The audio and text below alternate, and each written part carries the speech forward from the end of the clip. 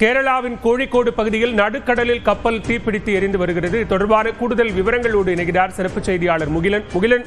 இதுவரைக்கும் 20 கண்டெய்னர்கள் தீப்பிடித்து எரிந்ததாக கூறப்படுகிறது. தற்போதைய நிலவரம் என்ன முகிலன்?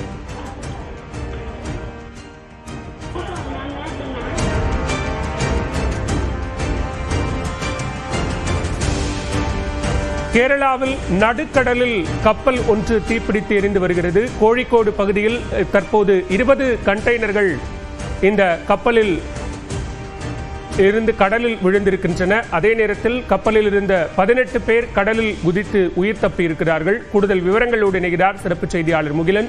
விவரங்கள் பாலா, மேலும் ஒரு சரக்கு கப்பல் கேரளா கடலோர பகுதியில் விபத்துக்குள்ளாய் இருக்கிறது. இந்த முறை சிங்கப்பூர் நாட்டுக்கு சொந்தமான வான்ஹா என்ற கப்பல் தற்போது விபத்துக்குள்ளாய் இருக்கிறது.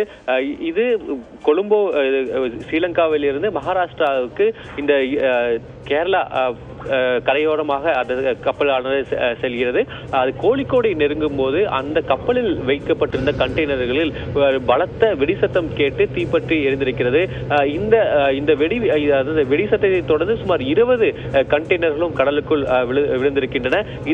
இந்த கப்பலில் சுமார் 22 மாலுமிகள் இருந்ததாகவும் அதில் 18 பேர் கடலுக்குள் குதித்து தற்போது அவர்களை மீட்கும் பணியில் கடலோர காவல்படையானது தற்போது ஈடுபட்டு வருகிறது. எஞ்சியுள்ள 4 பேர் அவர்கள் நிலை என்ன என்பது இதுவரை தெரியவில்லை. அவர்களை தேடும் பணியும் தொடங்கி இருக்கிறது.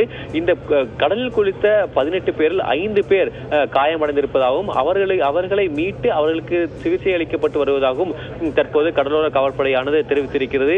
இந்த வெடி விபத்திற்கான காரணம் என்ன என்பது தெரியவில்லை. குறிப்பாக இந்த கப்பலில், அதாவது இந்த கண்டெய்னர் பிலோ த டெக் என்று சொல்வார்கள், அந்த கப்பலின் அடித்தளங்களில் வைக்கப்பட்டிருந்த அந்த கண்டெய்னரில் ஏற்பட்ட அந்த வெடி விபத்தினால்தான் இந்த தீ விபத்தானது நடைபெற்றிருக்கிறது. இந்த வெடி விபத்து நடந்த போதிலும் கப்பல் தற்போது மூழ்கவில்லை என்பதையும் தற்போது கடலோர காவல்படையினர் உறுதி செய்திருக்கின்றனர். இந்த கப்பல் இந்த தீயை அணைப்பதற்கான பணிகள் தற்போது தொடங்கி நடைபெற்று வருகிறது. அதே போல இந்த 4 பேர் அவர்கள் நிலை என்ன என்பதையும் தற்போது கடலோர காவல்படையினர் தற்போது தேடி வருகின்றனர். பாலா, விவரங்களுக்கு நன்றி முகிலன்.